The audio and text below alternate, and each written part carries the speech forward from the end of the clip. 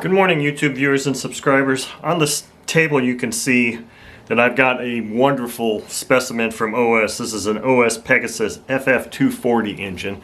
This is not my engine, sadly to say, but it is the engine of a customer who has contracted me to refurbish this engine of his.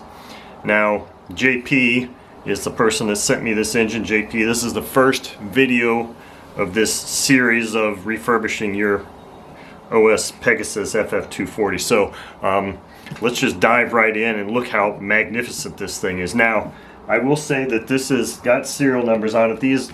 All of these big multi-cylinder OS engines are serialized, and on the side here it says 0719. And the outer box that came with this also had that, so we've got matching serial numbers on the boxes so far. So this looks to be just a beautiful engine. Here's the instruction manual, and you can tell the age of this engine because it's basically just printed. It looks like it was just printed on, standard paper and taped together. Some of the pictures are not really pictures, they're like photocopies of pictures. So this is wonderful. Wonderful example of OS history. So in here we've got our little toolkit that comes with these engines. And this thing looks pristine. It's got the wrench for removing or adjusting the rocker arms, some other feeler gauges, and some other little items here, which is just beautiful. I'm not seeing the wrenches or anything like that. As far as I understand, this is an engine that was given to JP from a modeler, and who knows what its history is after that. Now, I will say that this engine is a running engine. Well, it was a running engine. It's not a static display. It doesn't sit on a shelf like all of mine do. This was an engine that is from a running operational aircraft. So I'm just doing my initial inspection of this engine right now. Now there's a couple of things. JP, if I recall correctly, I don't have your email open. I haven't looked at it lately, but the report was this was an engine that was on a, what was it, a Cub? Was it on a Cub? Maybe it was on a Cub, I'm not sure. And it'd be running fine, and then it would just stop. And JP said he heard metal-like noises and thinks there's something wrong with cylinder number 1. So I'm a little bit hesitant to just start rotating this around, although I am going to rotate it around at least one time.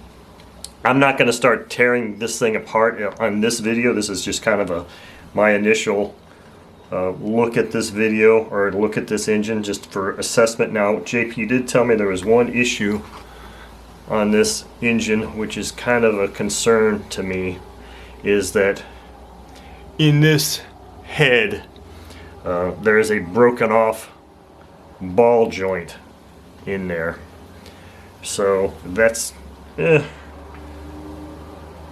don't know. I've had an engine before that had a broken off ball head in the head, and I was never able to get that thing out. I tried everything. I tried heating it up, I tried using a magnet, I even tried drilling it out, and that material was really, really hard that the hex driver was made out of. So I'm not really sure what I'm supposed to do about that, because for me to disassemble this, there's a bearing in here, so I'm going to have to replace the bearing. So we're going to try and figure something out here. But one of the things, so this is going to be, as many of you may know if you read my posts and seen most of my videos, this is going to be basically the second customer engine that I have opened, or that I will be working on, since kind of rehanging out my shingle to work on customer engines. The other one was a OS FF-120 Surpass engine that I did not publish the videos on. I didn't really actually do any disassembly. I just kind of heated it up, rotated it around, freed up some components, and sent it back to the owner. This one is going to be an interesting one, because I've done one FF-320 before,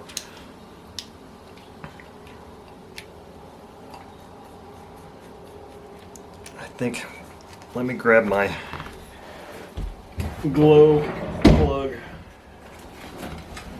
puller here. I'll pull these plugs out of here. Now I'm not going to be too concerned about, I guess I will. I'm going to keep each plug. I'm going to pretend like the engine is always sitting like this to me. So those of you that are unfamiliar with this, let me grab my sheet of paper here real quick. I print this stuff out for engines like this. Now this is from a Pegasus 320, but it's the same basic thing. So I'm just going to set that off to the side here. So this, on this engine, facing this direction, this orientation, this is cylinder number 1, this is number 2, this is number 3, and this is number 4. So I'm going to orient it like this and basically just take the glow plugs out in this orientation. I want to maintain that level of consistency here for this engine, just because we can possibly learn a little bit of something by looking at the glow plugs on each cylinder, maybe. But I want to take them out now just so I can, it wasn't seeming like it was really easy to just turn over.